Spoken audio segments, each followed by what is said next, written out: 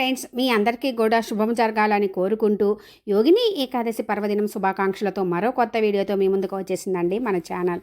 ఈరోజు మనం ఈ వీడియోలో 2026వ సంవత్సరంలో యోగిని ఏకాదశి అంటే రేపే అండి మనకి వస్తుంది. మనకి ఏ రోజున వస్తుంది, ఇది ఎప్పటి నుంచి ఎప్పటి వరకు ఉంటుంది, ద్వాదశి పారణ సమయం అంటే ఉపవాస విధానము, ఉపవాస పారణ సమయము, ఇంకా ముఖ్యంగా ఈరోజు ఏమి చేయాలి, ఈ రోజుకు ఉన్న విశిష్టత ఏమిటి ఈ వీడియోలో చూద్దామండి. ఆషాఢ కృష్ణపక్షంలో వచ్చే ఈ ఏకాదశినే మనము ప్రతి నెలలో కూడా వచ్చేటటువంటి ఒక్కొక్క ఏకాదశికి ఒక్కొక్క విశిష్టత ఉంది. అలాగే మనకి ఈ జ్యేష్ఠ మాసంలో వచ్చే యోగిని ఏకాదశికి కూడానండి శ్రీ మహావిష్ణువుని పూజించినట్లయితే మనకున్నటువంటి సమస్త పాపాలు తొలగిపోతాయి. ఈరోజు అన్నదానం చేసిన బ్రాహ్మణులకి అన్నదానం చేసి ఎవరికి అన్నదానం చేసినానండి 88,000 మంది బ్రాహ్మణులకు అన్నదానం చేసినంత పుణ్యం దక్కుతుందని పద్మపురాణం చెబుతుంది. ఈరోజు ఉపవాసం ఉండడం వలన మనకి జీర్ణ వ్యవస్థ కూడా మెరుగుపడుతుంది. ఈరోజు స్వామివారిని ముఖ్యంగా తులసి దళాలతోటి పూజించాలి. తులసి అమ్మవారి దగ్గర దీపం పెట్టి తులసి దళాలతోటి ముఖ్యంగా పూజించాలి. ఈరోజు తులసి దళాలు అయితే తెంచకూడదండి. నమో నారాయణాయ, ఓం నమో భగవతే వాసుదేవాయ, విష్ణు సహస్రనామము, గోవిందనామాలు ఇవన్నీ చదువుతూ తులసి దళాలతోటి పూజించడము శ్రేష్టము. ఈరోజు తిట్టడము, ఎవరి జోలికి గొడవలు పెట్టుకోవడము చేయకూడదు.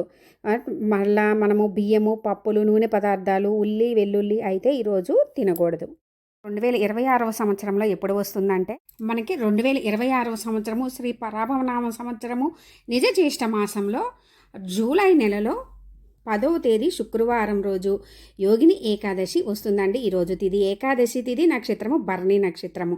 మనకి ఏకాదశి తిథి అంటే 9వ తేదీ రాత్రి 4-6 నిమిషాల కంటే 10వ తేదీ తెల్లవారుజామున 4-5 నిమిషాల నుంచి 10వ తేదీ రాత్రి 1:51 నిమిషాల వరకు ఉంటుంది. అంటే ఈరోజు మనకి పూర్తి ఏకాదశి తిథి ఉంటుంది.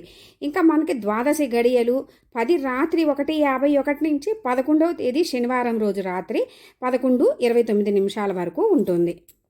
శుక్రవారంతో కూడి వస్తున్నదండి ఏకాదశి తిథి. లక్ష్మీ అమ్మవారిని, శ్రీ మహావిష్ణువుని ఇరువురిని పూజించాలి. ఇంకా ఈరోజు నైవేద్యంగా పాయసము పెడతాము. ఇంకా ఏవైనా నైవేద్యాలు పెట్టినా కానండి మనము అందులో తులసి ఆకులు సమర్పించి పెడితే, తులసి దళాలు పెడితే స్వామివారికి ప్రీతండి. ఈరోజు పంచామృతాలతోటి అభిషేకించడము, తులసి దళాలు సమర్పించడము ముఖ్యంగా చేయాలి. మనము ఏకాదశి ఉపవాసం ఎలా ఉంటామో అలాగే ఉంటామండి. ముందు రోజు శుక్రవారం రోజు సాయంత్రం నుంచే శరీరాన్ని ఉపవాసానికి సన్నద్ధం చేయాలి. సాయంత్రం ఏదైనా అల్పాహారం తీసుకోవాలి. ఏకాదశి రోజు 10వ తేదీ శుక్రవారం పూర్తి ఉపవాసం ఉండి రాత్రికి జాగరణ చేసి 11వ తేదీ శనివారం రోజు ద్వాదశి గడియలు ఉన్నప్పుడే అంటే ఉదయం 7:05 నిమిషాల నుంచి 9:02 నిమిషాల లోపల లేదా మధ్యాహ్నం లోపలైనా సరే మనము ఉపవాసం విరమించుకుంటాము. మనం చేసిన పదార్థాలన్నీ కూడా స్వామివారికి నివేదన చేసి ఆలయ దర్శనం చేసుకొని ఎవరికైనా సరే స్వయం పాకం కానీ ఒక్కళ్ళకైనా అన్నదానము అంటే భోజనం పెట్టి మనం భుజిస్తే మంచిది. ఉండలేని వాళ్ళు మిగిలినవన్నీ యథావిధిగా చక్కగా చేసుకోవచ్చండి భక్తి శ్రద్ధలతోటి.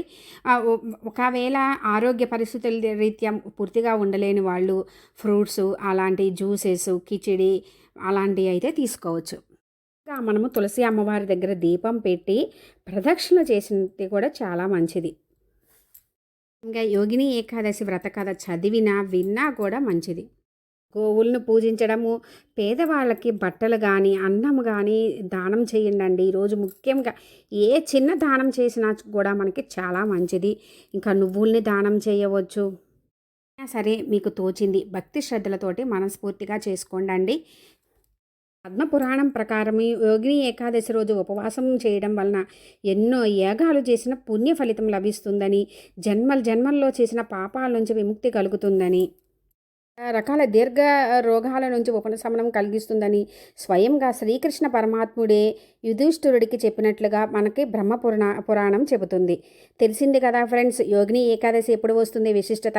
మీకు సాధ్యమైనంత వరకు భక్తి శ్రద్ధలతో మనస్ఫూర్తిగా స్వామివారిని పూజించుకొని ఆ శ్రీ మహావిష్ణువు, లక్ష్మీ అమ్మవారుల అనుగ్రహంతో మీకు అన్నింటి విజయం చేకూరాలని కోరుకుంటున్నాను ఫ్రెండ్స్. Thanks for watching.